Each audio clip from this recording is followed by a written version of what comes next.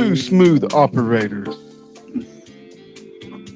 The only podcast about gate operator life. The only one. For We're looking for another one, but it's the only one. Your host, Michael Brooks and Robert Evers. Stay tuned for another great episode. Robert, I don't care whichever direction I point. It's always the first one is always the opposite way. I don't know what it is. I think it's something with the magnetism of the earth and all that good stuff. Well, what's up, everybody? We'll get it figured out. Mr. Fence, Mr. Sean King from Indianapolis, or no, not Indianapolis. That's where I flew into to come to get you. Yeah. So, what city are you actually live in and have some of that training? Evansville, Indiana. That's about as far south in Indiana as you can go. Where I tip our toe in Kentucky, right there. Oh. And your office is based up there as well, too, right? In Evansville, Indiana. Yeah, the Mr. Fence Academy and Mr. Fence and Mr. Fence Tools are all in Evansville, Indiana. And those are all three separate locations, huh? Yes. Well, Mr. Fence is definitely separate from the tools and the academy. Those guys share a building, opposite ends. But yeah, Mr. Fence, the different zip code. Gotcha. Because I went and saw all of that. So I saw Mr. Fence from the outside, and Brian and I did a little video just joking around saying, hey, it's Sunday. Where's everybody at? And then I have to say that Mr. Fence Tools was very impressive. You guys are not playing around out there. So that's come a long ways. When in the very beginning, that was just basically like a workbench. It started off at Mr. Fence in like a little corner. And then we took over the little attic area and then a loft area. And now it's a 10,000 square foot facility and we are jam packed, right? Man, that's awesome. Yeah, they were super busy when they were there. And I think you had half the people, they were on vacation or out of town. And so you guys must be, when you're out there rocking and rolling, it must be a sight to see. So you've got some type of plastic cutting machine and you've got welding shop. You've got building powder coating shop. Powder coating. You're building the trucks there. There was a truck that maintenance side. Maintenance side of the shop.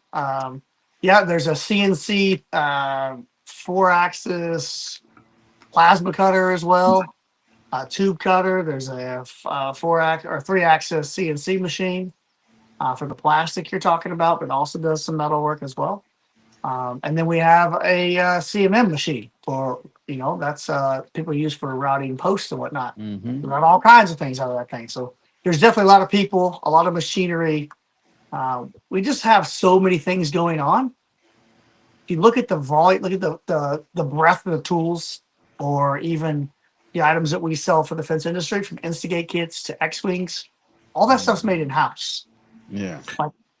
It's insane. Well, it's definitely impressive. And we're going to be talking about the gate operator class that we did out there at your facility, and the one that you just did for the slider, and the Mr. Fence retreat that Robert went to, and DJ Evers was in the house. That's right. And a couple of things like that. And I think a lot of our customer base or fan base, or however you want to put it, kind of crosses over. But for the people that don't know you, what's a little bit about your background prior to doing fence stuff? And then how did you make the dumb decision and get into the fence and gate world? It's funny you said prior to doing fence stuff, it was my background, right? My background was I was born and then fence. It happened like that, right? So as young as 8 years old, when my stepdad thought it was a great idea to have a side gig, make some side money in the military, build fence, because it seemed simple and the cost of entry was easy, and you go get a book from Home Depot and tell you to build fence. We've been in the fence industry since I was 8 years old, which means I may not have been building fence, but I still heard and saw fence 24/7. I picked up all the trash. I cleaned all the trucks. Back then we had to pile and pick up all the wood scraps. Everything was hand nailed. I think it was probably 11 or 12 years old. I put my first nail into a fence. That was a big deal for me. Yeah. On, right? Oh, wow. Yeah, I started off like that too. Oh, yeah. Right? These guys are badass. You get one of them carpenter bags from the hardware store, put it around you. And buy the nails by the pound. We cut everything with an Echo chainsaw, a 12-inch Echo chainsaw. I mean, rip pickets, cut 2x4s, cut posts. Everything was redwood where I started in California. But if you were to fast forward, from the young age of 8 being around it to now I am damn near 48. Mathematically, that equates to about 40 years that I have been around, involved, and I've had zero breaks. But there's never been a moment in my life where I stopped doing fence or gates. Like that's always been the nucleus of my life. I did do law enforcement for about 10 years, but that was at the same time as full-time fencing. Oh, wow. Wasn't like I took a break. I worked both jobs. I think here's the question after people meet you is, were you one of those pain in the ass cops, or did you let people kind of slide on a Sunday and let them get out the ticket? All right, tell us the truth now. It was hard for me to write a ticket. If you were you would have to almost be going 20 over for me to write a ticket, because I do that all 10 over. I write that all the time. The one time you did get a ticket, assured 100% of the time, is if I caught a teenager speeding. If I got a teenager speeding, you got a ticket. Period. End story. I don't care.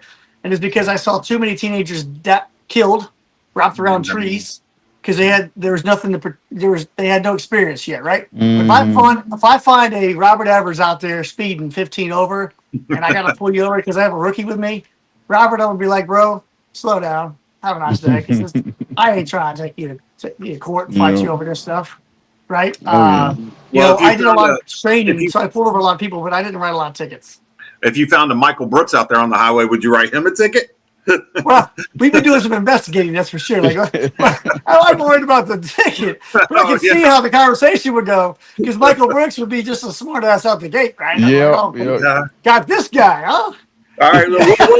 What'd you rate Are We with me, or how did you rate Army? And when's the last time you had that gun calibrated? When's the last time you calibrated it? And I'd be like, oh my God, this guy. Yeah, he had to pull the tool out to calibrate it too. So I would find something other than the speeding ticket. Like, oh, you want to be like that?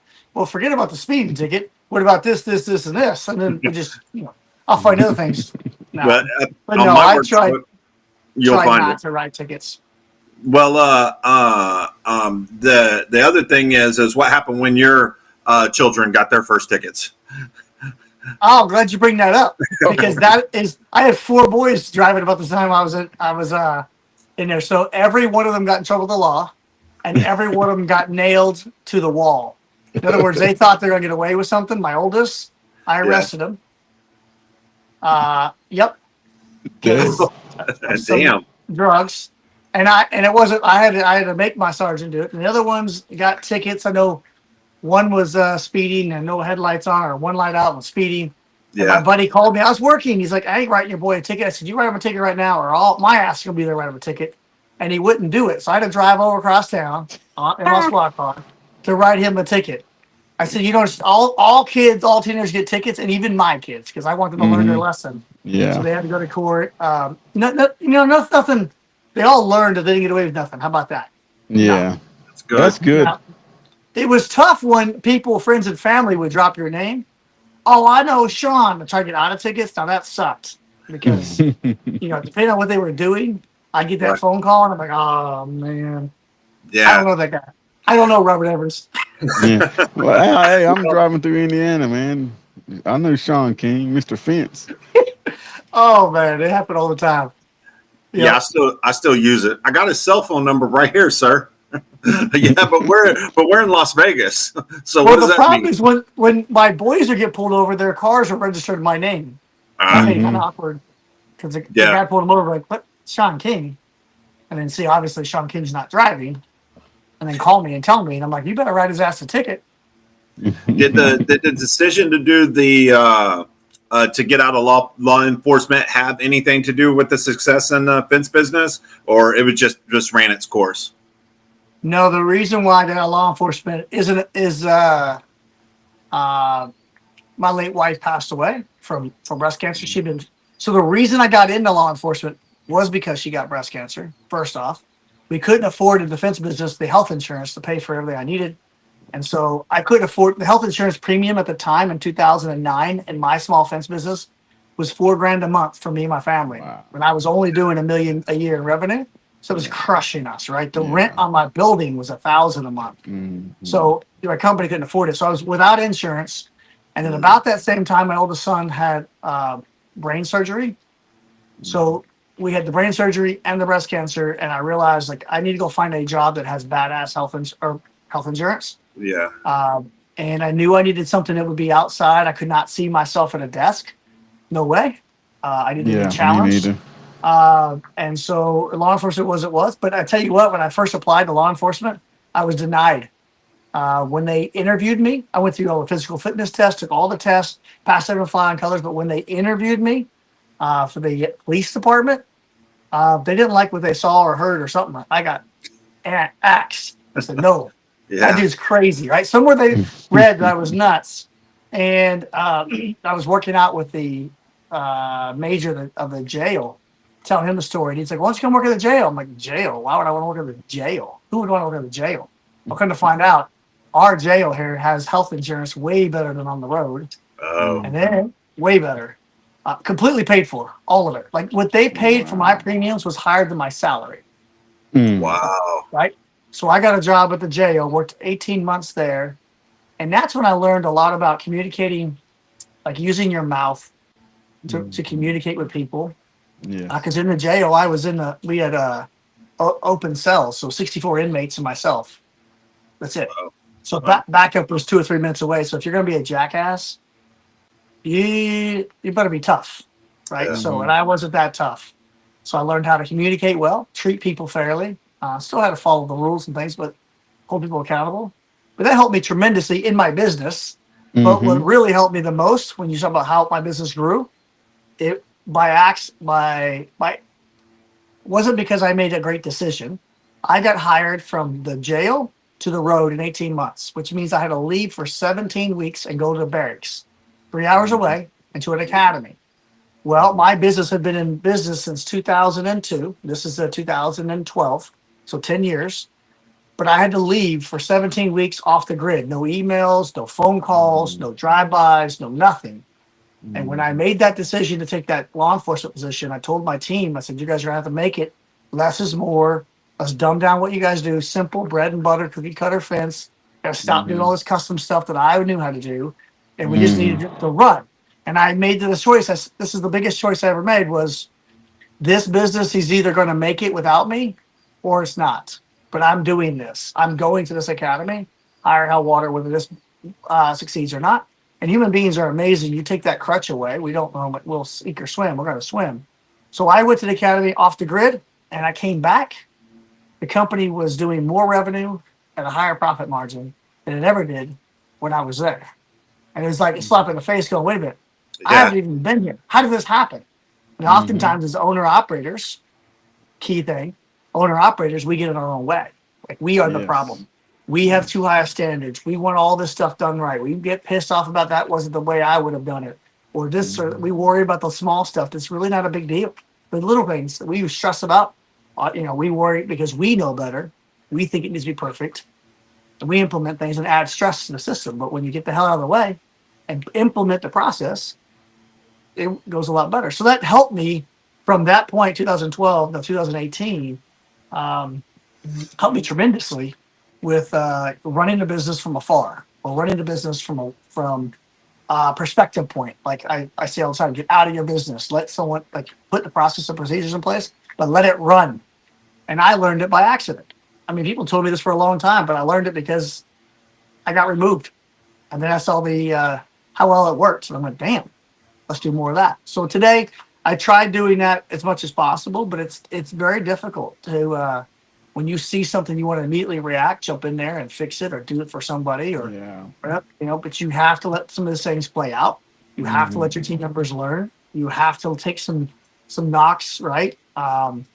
Some challenges, and I fight it today, but I try to keep my hands out of the day-to-day. People ask me, questions about the day-to-day. I may see someone at the grocery store like, oh, you guys built my fence, and I'm like, how'd it go? Oh, like, great. Okay, good. I don't know. Yeah. Well, I noticed when I was at the training, so I was there co-instructing a few months ago for a couple of days, and then the other Wednesday and Thursday, I was actually with you guys out in the field learning stuff as well too. And I noticed there wasn't very many I can't recall it. I'm sure that it happened, but there was not very many times where you're like, guys, I got to take this call, and running Mr. Fence. That's right. Right. So we met at Mr. Fence Tools and gave a tour, but there was nobody like, hey, before you go, let me show you this real quick. So I think the lesson for everybody is that you need to let people do what they do. And I mean, I'm the same way. I like to get down to that detail. Like, really shouldn't be teaching them to cut that. But one of the things that I did learn from you, I think it was on the Wednesday, the first day of training, was, I can't remember exactly what you said, but it's like, this is the fence business, guys. We're not, painting the Mona Lisa. It's the fence business. Right. I want to build a great fence, not a perfect fence.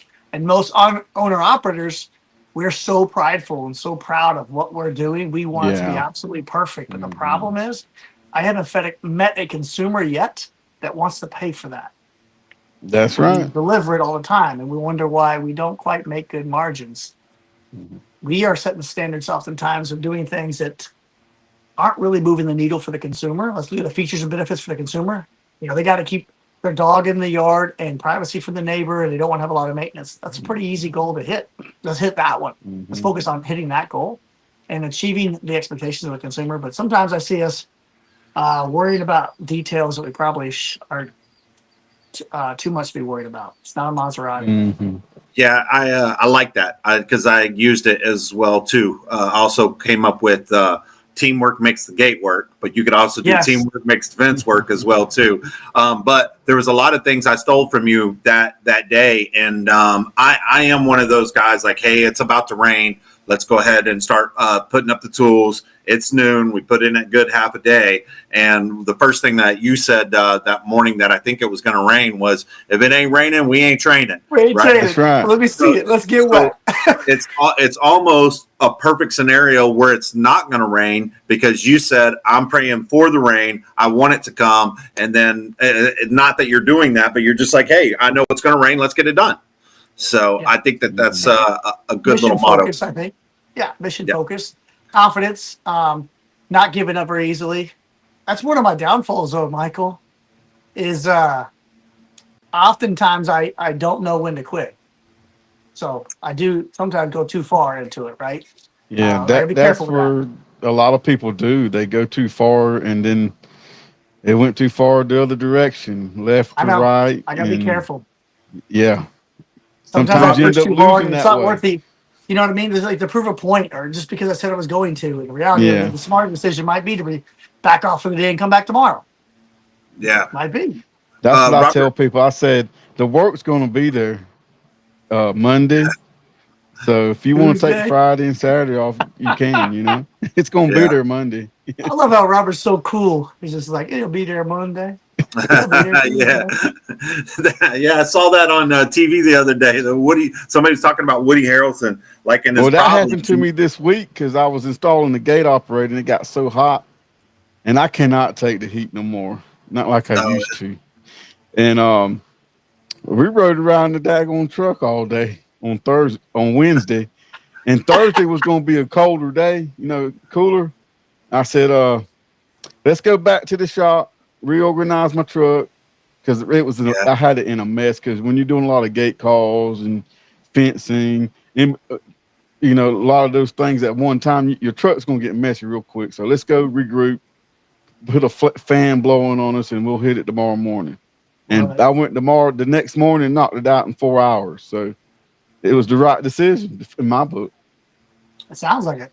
Is your story in the fence business is similar to that, Robert? Like you Very just similar. Always my grandfather, actually my fencing story goes back from the farm days, where the property I live on's been in my family for a very long time, and I was like 19 years old in my dad's work truck at a gas station. This old black man comes up to me and he said, "You related to Allen Evers, which is my great grandfather?"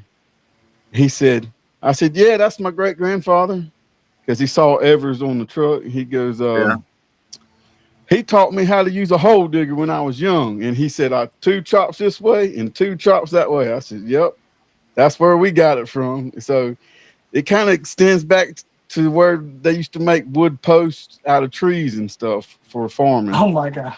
Well, yeah, I think a lot of us have that, or a lot of fence guys have that type of origin story that are out there that are prominent, that they have been doing it for a long time. A lot of gate guys do it like, yeah, I had a felony and nobody else would hire me, so I had to get that job. But that's it's how like I fell that in the into it. fence business more often.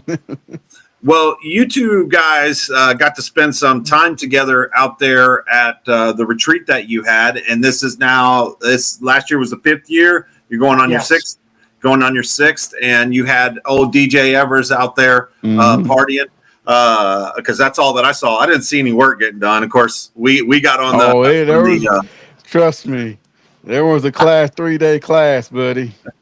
Yeah, there was work getting done. Yeah, I saw y'all after 5. So, yeah, I mean, I heard that there's everything from crying to overjoy. So, Robert, tell me what's going on there, how it applies to the guys that are strictly doing gate operator stuff and it access applies control. To the way I look at my business, my career.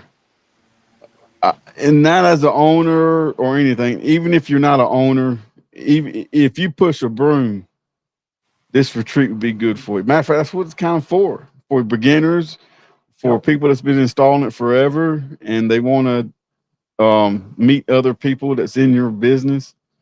Man, it's hard to explain everything, but Sean and his wife Heather called me up, was like, hey, we'd like to bring you to Gatlinburg, Tennessee. I was like, yeah, I'm up for it. Yeah. And it's a unique experience where we are not just focusing on sitting in the classroom talking about numbers or processes or ideas or pricing or techniques or products. Instead, we do a lot of talking about you as a person, maybe analyzing that and the why, then how and the what you get to the why. Because we feel like that's just as important as having a business plan, is to understand why we have a business plan, right? And what can we do to make ourselves better, right? So like oftentimes in the fence business or even in the gate operator business, I would suspect you may purchase a piece of equipment to help you because it does a better job if you have a piece of equipment, or you upgrade your equipment to improve your efficiencies in the field or your quality. But not very often do we spend time upgrading our bodies, our minds, our souls? And really, that's probably what needs to be the sharpest tool in the shed. What can we do to make ourselves sharper? What can we learn and analyze, better understanding who we are? And sometimes it's just getting that shit off your chest. Yeah. The fireside chat, that's powerful. When you're amongst people that you don't know and you're being extremely vulnerable, there's a lot of value to being vulnerable, opening up, building partnerships, and getting this about. And that's not something you can just go do by yourself. Good luck trying to get that same type of environment and feeling created, the atmosphere, by yourself, right? So when you have a group of 100 people or 50 people around you or 10 people around you, and they're all focused on the same thing, helping each other, healing, give yourself the opportunity to be humble. That's powerful. And that's the type of thing we can hardly describe it, that you take away. Is like, I can't predict every one of the 5 years has been different because the group creates this atmosphere together. And most of them, I'd say over half of them never met each other before. Okay. But by the time you leave there, I would suspect that everyone knows everyone by first name in as little as 4 days. Right. And some of those have really good bonds that they take forward after the retreat. Yeah. I think I'm going to have to go one year. But I think a big mistake that a lot of business owners make is that my business is different. So this is not from what I saw, because I did see a bunch of videos and stuff like that. This is not just for people who are owning fence businesses. If you own a trade business, I'm sure you can get just as much out of it. And I am of the opinion that most of these ideas that you guys are going to have that change your business, like fundamentally, not like the practices day to day, you're going to probably find those from outside the industry more than you'll find them from inside the industry, because we're just such a tight knit group, and all we know is Service Titan and QuickBooks, and that's it. right? So looking outside will help. So if anybody's out there owns a service business, this is probably something you need to check That's out. a great perspective. Yeah. Just for being in the room with Sean. And I said this after I came back from your training, that when we look back, and I wasn't saying this to blow smoke or anything like that, I think when we look back in a decade, the person that actually we can point to that fundamentally changes the fence industry will actually be you. Because when you look at what you've got going on, not you as a person, just the business, right? What Dale is doing, what Mama Fence is doing. It's with the catalyst of what we're pushing. That's my mission, really, is to create. We want to be part of that moment when our fence industry took another step forward. You know, it's not like it changed it for good. We've always had a great industry, but now's the time we're making another step forward and moving forward. And I think that we were right there at that point, in the right spot at the right time, right? It's not the Sean King show. And I'm glad you said that, because there are so many people around me that together we're pulling this, making a huge impact. Impact over income, that's what we call it. When we pulled up at the out there at Gatlinburg, Tennessee, the day before, we were having a meeting and getting together. What can this person do? This person, and take it over and own it and just do it. And then if we need something, we'll communicate. And so, I mean, there was almost 30 support staff for 100 people. Yeah, that's a big deal. That's a lot going on in that. It was like 90 people. About 100, about 95 people. Yeah. Yeah. That's a lot. There's a lot going and on. You're basically in one house, eating, sleeping, and drinking together. It creates a very unique environment that's hard to duplicate, right? And that was the whole goal. We aren't trying to do a conference. We're not trying to do what's already been done before. This is a unique environment. So it's different. And then everybody's talking their experience, even out of the class, to get out of the class, to walk into the lounge area and eat, and they're talking about, well, I could have been doing this, and this is the problem I'm having, and then somebody will be like, hey, well, you can do this, and you can do it this way, you can do it that way. I did this, yeah. Yeah, I feel that it's very tough to keep that energy going just by once a year. So you are also doing stuff that's on a regular basis to continue to help people that want to run their business. And I don't know if he would appreciate me telling this, but when Brian Fredrickson came back from the training, where was it? Where was the last training that you and Brian went to? Because Brian was here. Okay, he was there. Okay, so that may have been it, because he was just like, now that I've seen Pound and Post, I know you still can't do it everywhere, but man, it's actually pretty quick. I think seeing in person made him a believer, and Brian's always been the guy. You can't do that here, XYZ, Caliche, whatever. But when he saw it in person, he was like, "Damn, I didn't know." Right? So it's innovating. It's basically it's hard for me to say innovating. I gotta be careful of that word, because we started Pound and Post. So, but we're innovating with the new products and new methods to make pounding post a go-to in our fence industry, primarily in the residential industry, where it hasn't been. That's what I mean by innovating. We're not innovating the fact, oh my God, we pounded a post that's never been done before. No, we're pounding posts in the residential market with different tools and in different ways that we didn't do before. Sam says, don't forget the .com team. Shameless plug there, that they were in the background. The .com team is we are powered by .com. So everything behind Mr. Fence, you guys see in the digital world, is JRL Local or .com, but they are huge sponsors with the retreat. Yeah. So when you see all the stuff that's done at the retreat and the booklets and all these things, guess who designs all of that? They do so much more than websites. .com is working hard bringing the iDrive power systems to fruition with the digital assets and things to educate consumers. They're also working on the Instigate kits and all of that, illustrations and logos. They do so much more than websites or SEO, right? There's so much more power. It's a powerhouse, and we get to use them. Yeah, when I sat down in the class for them 3 days, Sam talked a couple times, and I was like zoned in, paying attention to him, because that's where I like to focus on sometimes my marketing here where I'm at. And I was listening, taking notes, and then implemented them soon as I got back, and boom, I had so many calls coming in. I was like, okay, I don't need to do this no more. That I got to brings slow up. down. We had like 21 instructors, I think, up there. Wow. With that. So there's a lot of content from a lot of different people, right? Again, Oh. it's not the Sean King show. Over how many days was that? 3. So Fins Retreat. Can I go to just so in case people are interested right now? Where do I go to find out more about the Fins Retreat? So that is on our Eventbrite page, or go to Mr. Fitz Academy Retreat.com. Literally .com. Created a website just for the retreat. So go to Mr. Fitz Academy Retreat.com, just like that. Fitz Academy Retreat.com. Tag that in there, and that's everything from how to sign up to all the previous years, the content, what to expect, blah blah blah. Easy.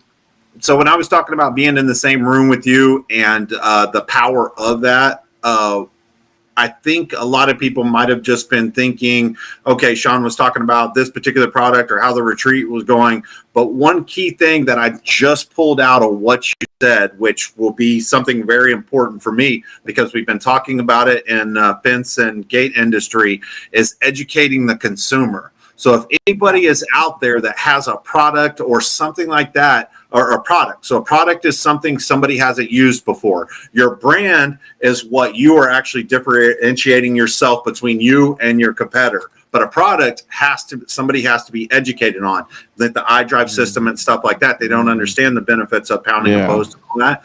So the key thing, in my opinion, is that right there. If you guys have a special warranty, if you have a special technique, if you have a policy, anything like that, Standards. Yep. Standards, that is what you guys got to keep in mind, educating the consumer on why that's a benefit. So that's a little nugget that I'm gonna steal right there. It looks like Sam's got in the comments, he's got Mr. Fence Academy Retreat.com. Man, you got them all backing you up today too, off the clock, man. Way to go, Sam.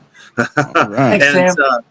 And I think let's talk about gate operators real quick, and then let's talk about what's going on in Mr. Fence world coming up over the next couple of months, and then we'll wrap this thing up. So I was out there doing the training, and we were co-training, and there was a dual swinger that we were putting on one side of the property.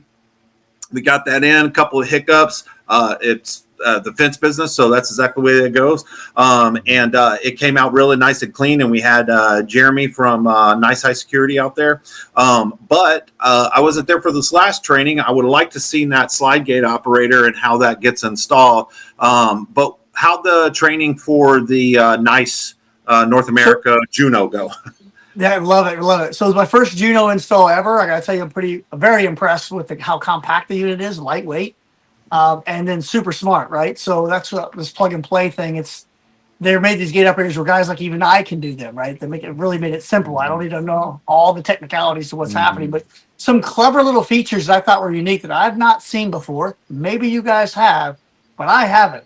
So an indicator light on the outside of the Juno, there's a pretty decent sized light that I can see from 300 feet away, a little flash, green or red. It tells me from afar what's happening, right? So instantly I see the flash. The other thing I thought was really unique and cool was they've got built-in photo eye locations where you can mount both photo eyes inside the cabinet, protected, all right, with sight glasses where they shoot out. So now I don't put external posts. I don't have to worry about where the post is relationship to the actual Juno. It's shooting out from the inside of it both directions. And on top of that, right below the beam, the photo beam, which is either a through beam or reflective, whatever you want to do, right below it, it shoots out a white light beam casting the entire way the gate's moving.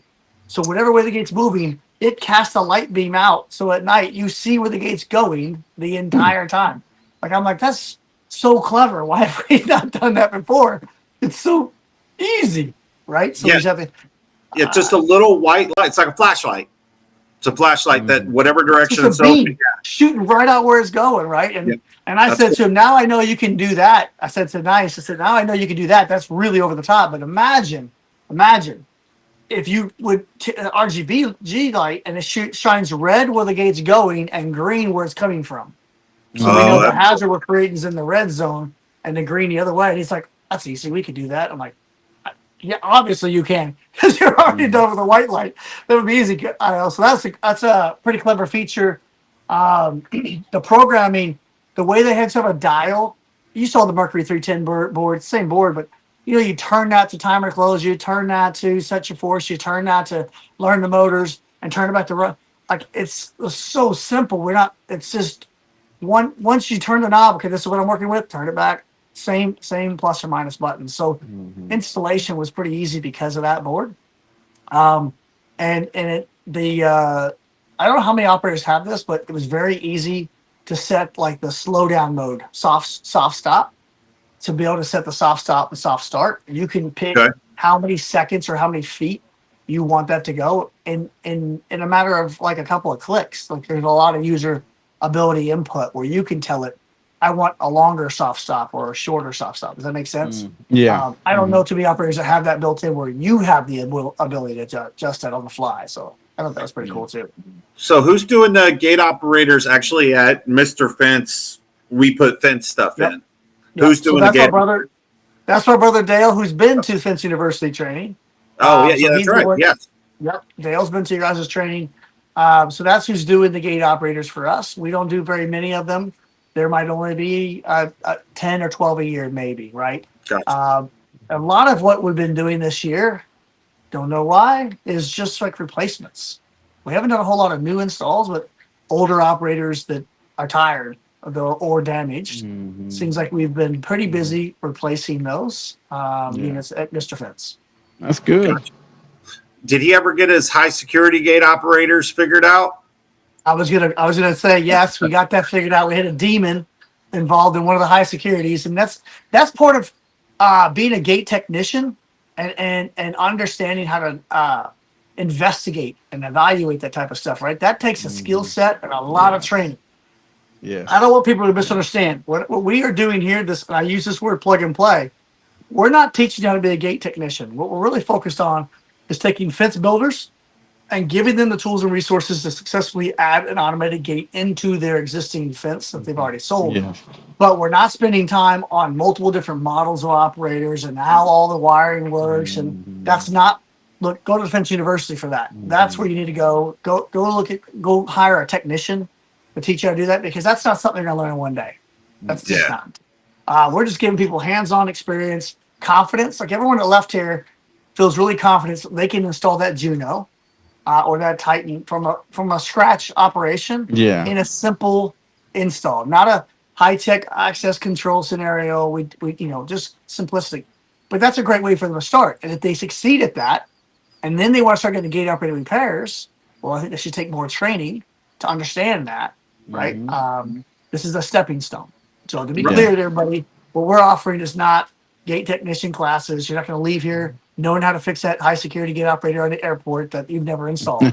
Good luck. Right? Yeah, I think what I had seen is that it starts the process of lowering the fear, what I call eliminate the fear, open up the gear, and you at least now you're going to not be scared like, oh, if I put my hands here, I might get hurt. If I put my hands here, I might get hurt. There's plenty of those places around, but on the 12-volt battery is not one of them. And I show people that all the time. Take a wrench and short the positive and the negative. You get all the sparks, and then lick both your hands and then put it on there. It's not enough voltage to actually break it through your skin. But yeah, that's I think it's a good opportunity for people to break down the intimidation. To get started. To get started. Well, and your mom and your brother are integrated into the system with the addition that your brother is a cook as well too. I'd say a chef. I mean, he's damn good. All right. He's damn good. So it was what was very interesting, because I'm a vegetarian, after you had told Dale about, hey, Brooks' series of vegetarian, which was way above and beyond, then I get the call from Dale. He's like, all right, what do you want? And he made all this vegetarian stuff for me. It was a very nice, he's a great cook. And your mom was there to back him up. Jeremy was just saying, actually the same thing. Jill does gate operators and Danga barbecue. Yes. Here's somebody here's somebody that either you need to hire as a teacher or I need to hire as a teacher, which is Jessica Frazier. Her and her husband, I believe, own a gate operator company. It's hard to sell them if you can't work on them. Do you send them somewhere else if you have a bug you can't find? So that's actually a good question. Robert, when you get a scenario of a gate operator that just won't hunt, what do you do as a backup? If you've looked at it, your dad's looked at it, and your team has looked at it, what's the go-to to figure that out? Well, man, I just had that happen to me. Well, what I try to do is I call the factory, and then I call my distributor, that another technician that's probably has more experience than I do. Then I talk with my dad. Then I go on YouTube, try to find some videos. I read the book. Yeah. So there's a lot of research that goes on with something you don't know about, and there's no way around that part, is the experience and research. So yeah. I do that, and then if I have trouble with it, and say it's an old operator, I'll just sell them a new one and put something in there that I'm familiar with. So I think that's a key thing, being familiar with it. Like her comment was, what do you do for the service? If we installed it, that's not a problem. We can service it because we're familiar with it. Mm-hmm. But I think a true gate technician is someone that's talented enough to go into somebody else's bird mess and start trying to troubleshoot it, right? That's a different skill set. Yeah, I came across it on Friday, and we had some FAACs that were giving us a hard time. We couldn't get it to open or close. Some indicators. Yeah, there you go. Yeah, not necessarily my favorite That's board. That's the one that I replaced. Gotcha. So I did all my due diligence. I looked at the back of the board, looked at the front of the board with my glasses on to see if I could see any corrosion or blown parts. And I was like, okay, well, let me turn the power off. The power wasn't great, but there was no load or anything, so I couldn't be 100% sure. I get over to where they made the junction for the power, and it's just a rat's nest. So in that situation, I'm giving them a bid to fix the rat's nest. I'm telling it's not necessarily going to fix this problem. It's just what I have to do in order to work on it. And then, if you will, you give them a bid to fix or repair. Tell them what the warranty is that's going to be, which is in general no warranty, and then the next two levels up of gate operator. But I don't know if you have this in your industry or in your markets, Sean. But the thing that I found about the Dallas, Texas market, which I'm not in anymore, but where I had most of my career, is that you almost could always rely on one or two of your competitors around there to not steal your customer and help you out. I mean, you pay them their normal rate, so they're getting paid, and then they get to help you solve that problem. But a second set of eyes, Jessica, is probably what I would say. So have you some strategic partners, especially you guys that are going from the fence either to the gate or fence and adding the gate stuff on there. You've got to have you some strategic partners, because it's just one little thing. We've all probably done that before. Just like, hey, my car won't start. They do all this stuff. Then it's like, well, have you checked the gas? So turn the key. No, I was working on one of the trucks in the shop, and they hadn't had it started in a while. So I'm on the outside turning it, and it's backfiring and doing all this. And I said, I need somebody with engine experience to tell me what's going on. He goes, did you press the gas? And so I got in the car, pressed the gas, turned it on, and it started. So it just needed a little bit of gas to get it going. You got no gas in it? Yeah, I don't think she got no gas. So James was saying that Titan that you got on out there at your gate's good. Sam was saying that Dale is amazing. Jessica was agreeing, very much agree. So you got a couple events coming up, Sean. You got Fence in Indiana, and then you've got the Summer Bash. Well, the Summer Bash is first. That's in 2 weeks. It's in Powell, Wyoming. That's the SWI boys putting on a hell of a show. That's more of a good time. We're talking about fireworks and cookout and bands. I'll be there doing demonstrations of the iDrive power system. So if you're intrigued about that, that's a great opportunity to come out and see it. It's not a full-blown training, just enough to get you exposed. For those of you guys that don't think it doesn't work, you want to see it in person, come check it out. There's some tools there on display. SWI will have some tools as well. Plus a behind-the-scenes tour. If you want to see SWI, kind of like you came and saw Mr. Vince Tools, it's just as impressive to go look behind SWI, behind the curtain, and see what's making that thing happen, because that's quite the operation. And if nothing else, go see the largest flagpole in the state of Wyoming. Yes. And he I put in his shared that on yard Facebook. and used GPT to engineer it, and then built it themselves. Like, Yeah, that's awesome, man. it's insanely large. Oh, it's 100 foot high. 100 foot, but I think the flag is 50 foot by God. 30 or some crazy thing. I think it's 50 by 30. Well, I'm Insane. gonna have to go see it one day. One day I'm gonna go by and see it. Well, this is a great opportunity. That one day just happens to be July 17th, 18th, and 19th. Right? You guys need to be there. And they're charging just a little bit, $100 for the first person for all 3 days, and $25 for each initial person. But for that $100, you get a $100 tool credit to buy something from SWI, to buy gear, to buy something from Mr. Finn's Tools, whatever. You're walking away net zero. A lot of the food will be free. The bands will be free. The fireworks display will be free. Like, come on. There'll be vendors there with new products and demos. It's just going to be a great time. So primarily, I think it's awesome stuff. Are they going to do a gate thing? Primarily Finn stuff. Nice North America will be there for sure. I don't know how many other gate vendors will be there, but they're encouraging them to show up. So if you are a vendor of any sort, and you would like to have your products on display or go do a demo out there, talk to Mark Olson. He's looking for you. They are looking to get as many people as possible there with products. So if you're in the gate operator world and you have a gate operator you want people to see, this is a great place to do it at. And that's the middle of July. The end of July, the last 2 days in July and the first 2 days in August is the next Fence in Indiana, right? So that'll be the same thing, 4-day training. It'll be a 1-day gate install. And then I drive power systems for 3 days, wood, vinyl, and aluminum. And that'll be last 2 days of July, first 2 days in August. And then there's another one at the end of August. So, and then September, we go to Fence Camp. So there won't be a training here, but there'll be Fence Camp near Omaha, Nebraska. Not in Omaha, but that more like towards Lincoln. More like Lincoln, Nebraska. Okay. Cool. And I can't remember if it's at your office or in your garage. Where do you have that big whiteboard that has your schedule on it and all the days that you're training? That's in my closet, and I see it every day because I can't keep it all straight. So every day I'm looking at the board going, what I got coming up? What I need? Like, just buying airline tickets is a full-time task. Oh, yeah. Or travel plans or RV places to stop, or people are calling me and asking me, hey, can you come help? Can you come do a training with my team? And I'm like, yeah, 2027 in July. And they're like, what?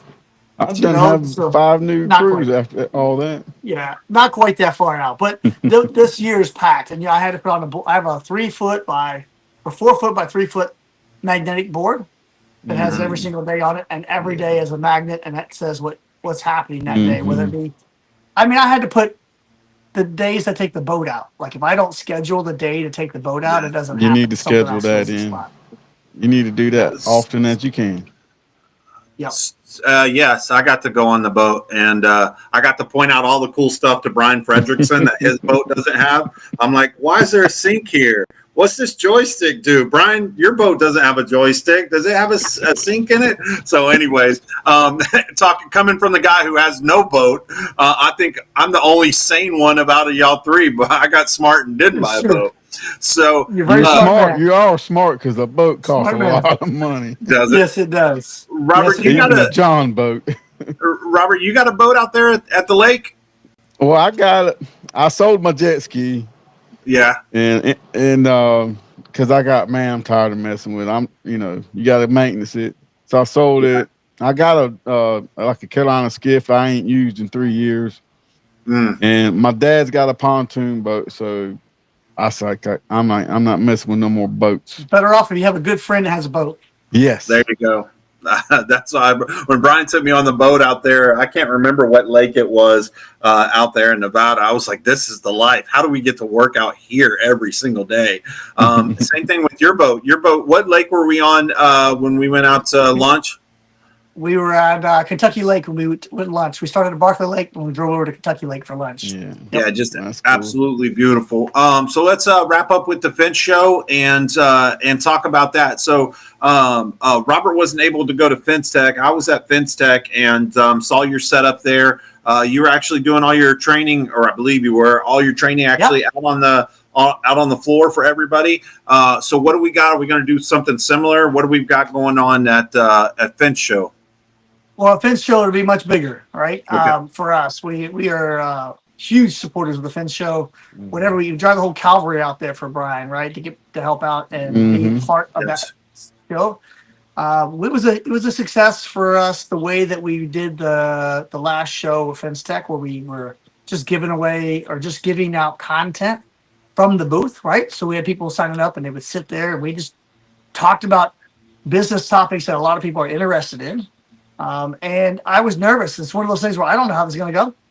And we ended up literally getting in trouble for packing the aisleways. Like, you can't have this many people blocking the aisles. I'm like, I did not know that was a thing. So, there's some people who got upset that we were hogging the people because they would come in our booth and sit for an hour at these nice tables. But so somewhere along that line, maybe we can do better than we did the first time. Maybe build a better organization, maybe not hog the aisleways so much at Finch Show, but just rather than try to sell people product, we had no product for sale. We had nothing for sale. We were just giving back and trying to show people who we are and being part of the solution. And in return, we know we've had record sales all year. So you go figure. You tell me. Right. I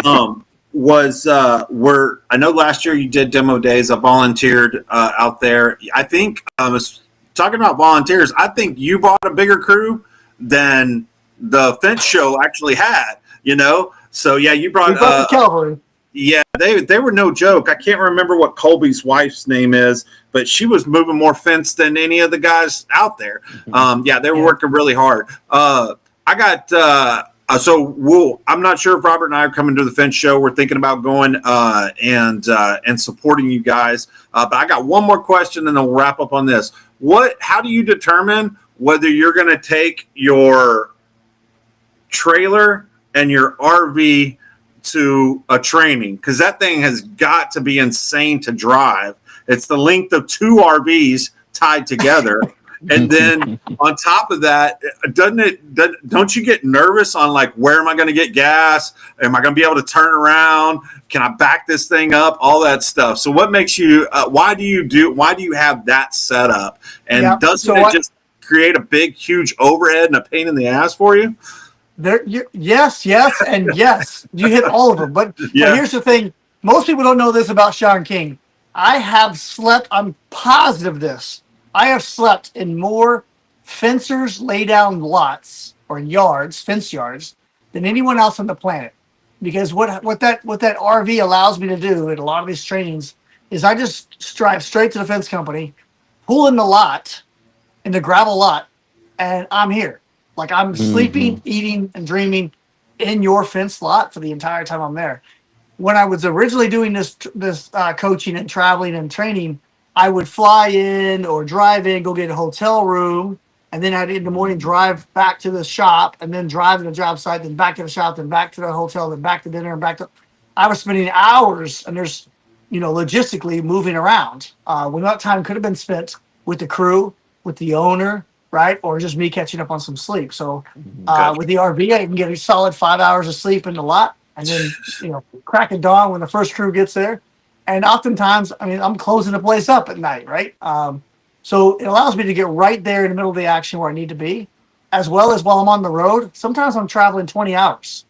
Well, I can pull into a rest stop whenever I get tired, take a quick nap, get back on the road. If I was trying to travel and park the trailer and get a hotel room, it's expensive. I remember looking at, you said overhead. When I first, or when I bought the RV that year, it was in the second quarter. I had spent $30,000 in the first quarter of that year in hotel rooms, airfare, and rental cars. Buying the RV, yes, I have a pretty healthy payment. I didn't pay for it outright. I have a payment of $4,000 a month. But still, you take $4,000. That's my housing and my rental car. I got to pay for fuel still. Okay, but way ahead. not to mention, saves me time. All my clothes are packed in there. All my equipment's packed in there. The other way, I had to repack every single time. And you think gotcha. about that, trying to That's pack a for a lot of week or work. two.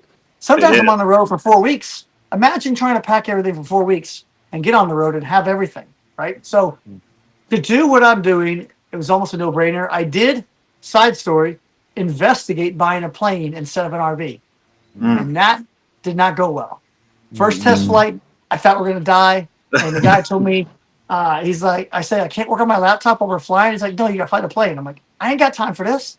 Yeah. At least when I'm driving, I can be on my laptop. He goes, what? I don't know, I'm just kidding.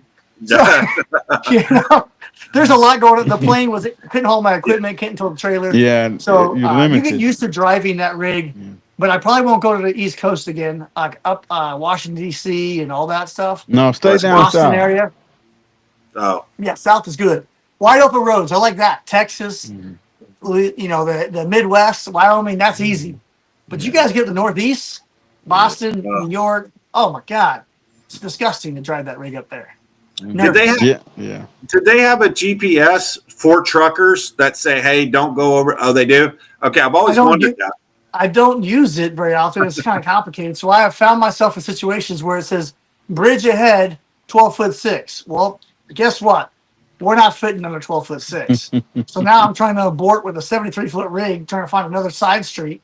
And it's happened to me many times. Like a side street. Now I don't know what I'm getting into. Residential neighborhood, nightmare. Get these things turned around. But you got to watch. Typically, if I see semis, I'm safe. If I'm driving and I look around and I can't see a semi, a red alert's going off. Like there's a reason why there's no one else on the road my size. Should probably figure this out and go a different way. Gotcha. Yeah, Well, I mean, it's tough on the road being out there. I said it before. I think I'll say it again. I mean, I really think that when we look back, your team and the commitment that you have to education, forget whether it's fencing or whatever it is going to be what we look back and try to replicate in 10 years from now. I think that what you have done there in Indiana really is for somebody like me who likes predictability, who likes to be able to say, okay, I'm milking this thing on all four udders. That's it. I'm getting everything that could be costing me money. I'm finding a way to make money off of. And you're providing a service to these fence companies out there, because that whatever that rail was that you had that marked off your pickets, if it's a board on board, if it's a side by side or whatever, allowed me to be a fencer within 5 minutes, because all I was doing was looking for the green. And then the one guy, I think it was Aaron's like, hold on, I think we're doing it on the blue. So pulling all those pickets off. It's like, no, it's blue, blue, blue. But just the little stupid stuff like holding your nail gun up like this. I mean, that's 1 second, right, of going down and creating a dangerous situation, right? That's right. And do you want to know, every time that I put my gun down like that, I have my finger on the trigger, right? And that's gonna get you. So anyways, just to multiply that times 1 second per picket to the number of pickets that you're going to do the rest of your life, and that's a new employee every year. It's probably is. Plus, it's safer and it's less work, right? This is easier than lifting it up all the time. There's a guy I saw made a video on TikTok the other day, and he'd let the gun down to his leg every single time. And, and I'm just like, I wanted to comment, and I'm like, you know what? I can't. You just gotta let it go sometimes. I put up the content. I'm not going to go out there and be the police and be like, hey, don't do that. It's just, it's fine. I gotta shake my head. That's the other thing that I'm going to adapt to my training as well, too, because I've always tried to figure out where the line is drawn. And there's a couple of bugaboos for me. I don't want you to put your hands on the gate, right? If you're moving the gate, I need you to say moving the gate, because sometimes you can't see what's on the other side, those types of things. But the way that you started out the meeting on Wednesday morning was, you're all grown adults. I'm going to tell you what to do. Best practices. If something's dangerous, I'm going to tell you it's dangerous. I'm not going to allow you to do it. But at the end of the day, you guys have to understand this is your body, your family's legacy, and you need to take care of it. And you're in charge of your own safety. The moment you start relying on somebody else to keep you safe, it's a time it's going to go south, right? So I'm not your safety captain or your safety boss. I'm going to give you advice on what you should and shouldn't do. But at the end of the day, everybody in this room is in charge of their own safety. If you are asked to do something that's not safe, don't do it. we need to have a instructors round table so we can come up with that and steal all the other ideas, because I'm gonna steal that idea from you right there. Right, you're in charge of your own safety, right? Just that one sentence right there. We have people take the time to prepare to be safe too. You know, when you're in a safe situation where it's not safe and you got to figure out how to get it done, figure out how to do it the safest way you can possibly do it without somebody getting hurt. Yeah. Sean, you've been more than generous with your time, not only on camera, but you have also spoken to me off camera and given me some personal advice. So I really appreciate it. Thank you for coming on. And anytime that you've got another gate operator event, we want you back on to tell us how it goes. Yeah. All right. Thank you guys. Appreciate it.